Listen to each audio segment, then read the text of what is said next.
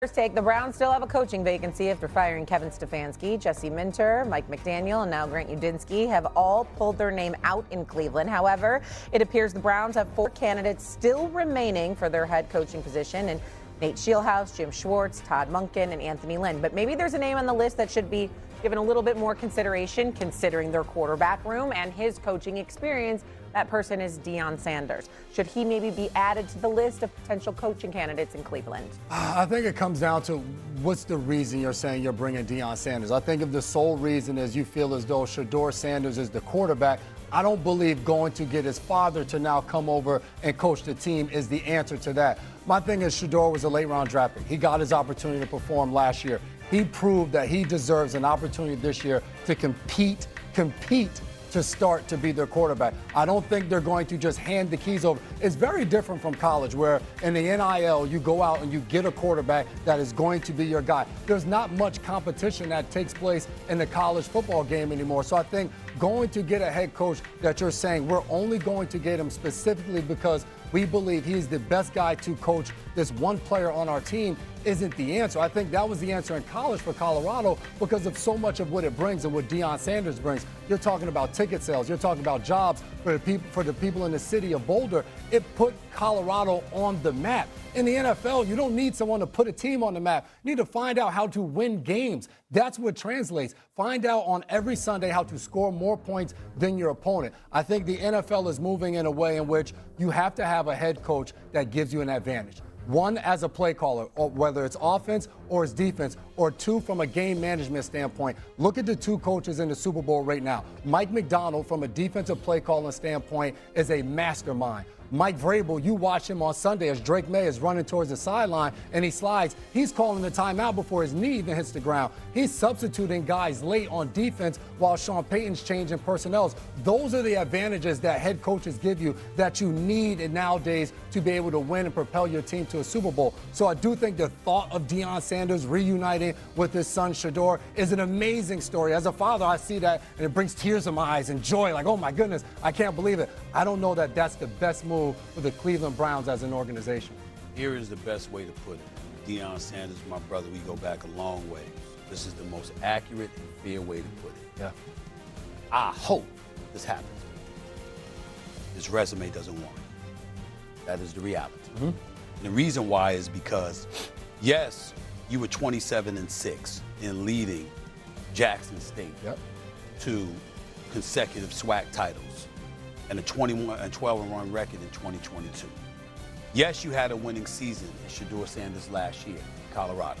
9-4, right? 9-4. You have 2 losing seasons, all right? You know, you were like 4-8 or whatever it was the first year there. You were 3-9 last season.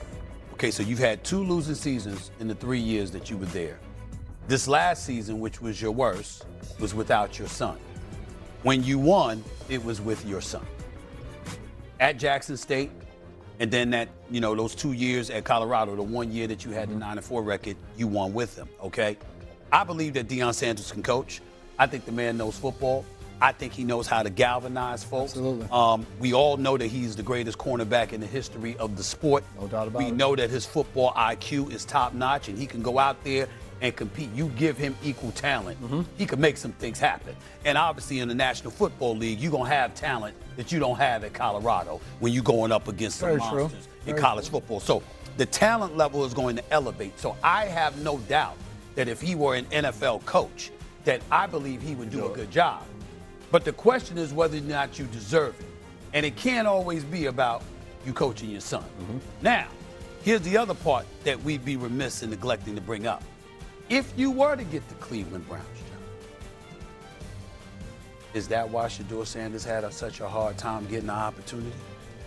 Because coaches and people within the organization were sensing that you were the heir apparent, Kevin Stefanski's of the world and people working under him? Because now you're going to have people having those questions. They're going to accuse him of lurking all along, which is just going to add more pressure to Shedeur Sanders, who's now been named as an alternate as a Pro Bowler. You're going to have all of these questions, all of these suspicions, all of this stuff coming up. Me personally, I have been on the record. Deion, in fairness to him, when we've spoken, he has adamantly disagreed with me. I have always said, I don't want you at Colorado. Deion in Boulder, Colorado. Don't mess with me. I wanted that brother in the SEC. I wanted him at Texas A&M. I wanted him at Florida. I wanted him in someplace like that. Or, no, not the SEC with Florida State. I thought Florida State should have hired him. I wanted him someplace like that. Not at Boulder, Colorado. I'm sorry. I just don't see it. Look what he's done there. I'm just sorry. I mean, it's hard because, you know, cats don't want to come to Boulder. Really? You got some people there, but now you're seeing others transferring and stuff like that. I'm just saying, I think he could do the job in the NFL, but you can't look at his resume and say definitively, oh, he absolutely deserves this opportunity. He should get it. Because, again, you got to coach without your son sometimes. Let's see what happens. I will say this. I know you don't need to bring eyeballs to the NFL. Of every franchise that can use a little burst in swag or a little positivity, the Browns might be it. And forget the resume really quick, but if nothing else, Deion could bring a little bit of that to Cleveland maybe, and then help us. There's one sport that doesn't need it is the NFL. That's fair. You're gonna have some eyeballs. That's right. Who is going to get any of these jobs? Well, let's talk about the Ravens. They hire a head coach, Jesse Minter. Who are they going to get for offensive coordinator? They're just kind of getting this search off the ground. They put in a request yesterday to interview Scotty Montgomery, who's a coach on the Lions staff. Interesting candidate there. There have been rumors about guys like Cliff Kingsbury, Joe Brady possibly joining up here. Brady, of course, a candidate for head coaching jobs. So if they are interested in someone like that, they probably have to wait for that cycle to play itself out. Speaking of which, Phillip Rivers withdrew his name from consideration for the Buffalo Bills head coaching job, which came open 8 days ago. What a shame. That would have been a lot of fun. I mean, it would have been amazing. And maybe someday it will be with the Buffalo or some other team. But now the Bills are on to other candidates. They interviewed Davis Webb, the Broncos quarterbacks coach, yesterday. Joe Brady is a candidate there. Brian Daboll is a candidate there. Those are three guys that have very close relationships with Bills quarterback Josh Allen. So it wouldn't be a surprise, I don't think, to see any of them end up with the job. Raiders' head coach list kind of has a lot of similarities to the Bills. They interviewed Davis Webb yesterday as well. They interviewed Brian Daboll over the weekend. They've interviewed Joe Brady twice. So the Raiders looking at some of the same kind of candidates, and they have been connected in speculation to Clint Kubiak, the Seahawks offensive coordinator. They obviously could not hire him now until after the Super Bowl. But I think it also raises a question. We look at these remaining head coach jobs.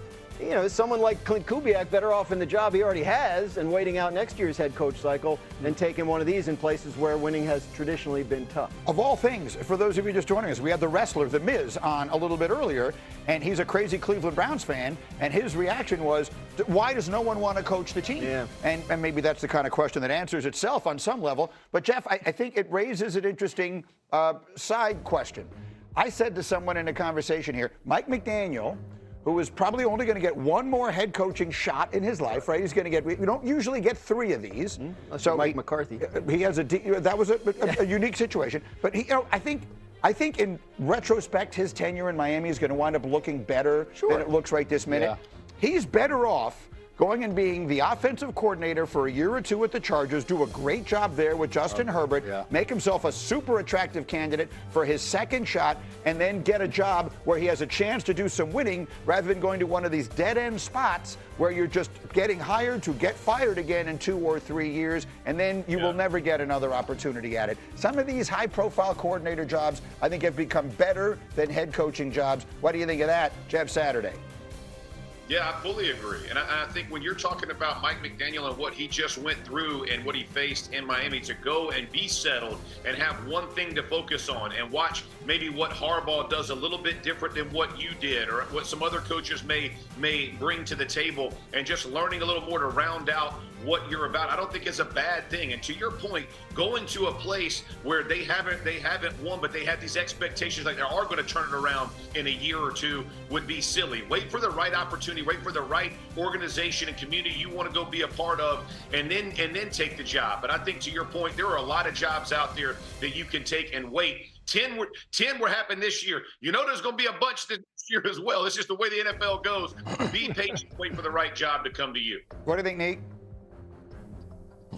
Yeah, but I mean, those jobs don't always come around. I think we can point to Ben Johnson and say it worked out well for him, kind of putting it off and making sure he found the right opportunity. But you could look at Sean Payton, and he took that job with the Broncos, which seemed like a terrible job to join the division with Patrick Mahomes and with a quarterback who doesn't even play for you that you're paying, that has an enormous cap hit, but he turned it around pretty quickly. I think a lot of these coaches don't think that way. You don't become a head coach in the NFL by making a lot of prudent decisions. They all think they have enormous egos and think that they can go fix everything, every situation. So I'm a little surprised that this job is so easy, or this job is being so easy or so difficult to fill, or these jobs are so difficult to fill. The Raiders one is an interesting one because you have the first pick. Yep. Right, so you have the opportunity to take Fernando Mendoza, assuming that you want to do that, or you have the opportunity to trade him. I think you could get a lot for that. So you have like a starting point, but there's so much uncertainty there, right? Like you've got so many different pieces. And Tom Brady is the greatest of all time. What exactly is his role there? How involved is he? He's the one extremely involved. But then he's doing games every week and all. You know what I'm saying? So like we're small-minded if we criticize that. Apparently, that's what Tom has said. But look. The problem with the Raiders is, like, they're currently paying at least 3 of their former head coaches still. That's how often they change the position. That's right. So if you're going to the Raiders, there's a chance you're not going to be there for long. Yeah, I think the attraction to your point of the Tom Brady of it all kind of ended after last year because he hired Pete Carroll. He ends up firing 2 coordinators in his first season, and then he gets fired. So, yes, there is the attraction of the Mendoza pick being first overall, trading that. But from what I've heard, when you hear coaches speak, head coaches after they've been let go, all of them talk about ownership and everything above them, how it all has to be in order to be able to properly lay a foundation and win games year after year. So that's what was so appealing to Sean Payton about the Denver situation was new ownership, obviously willing to spend at a high level because they have all the money in the entire world. And they laid out a plan, and he laid out his plan, and they knew they were going to be able to execute it because of the resources they have, because of Sean Payton and knowing what he can do. That's not true with all these other teams. And I do think, too, when we talk about coaches taking jobs or staying as coordinators, when you talk about a Mike McDaniel, when you've been in those shoes as a head coach, now it makes sense to possibly take a year off, figure out what you didn't do right, the things that you can improve on. But for some of these young names that we've mentioned, when you're talking about becoming a head coach, you don't know whether it's going to come up, and you sometimes need that experience to grow from it. I'm just quickly trying to pull up the list of all of the Raiders head coaches. You can't do it quickly. Just in recent years. Yes, it takes a very long time. Antonio Just Pierce, over the last few years. Pete Carroll, Antonio Pierce, Josh McDaniels, Rich Bisaccia, John Gruden, Jack Del Rio. We've only gone back 10 years. Yeah.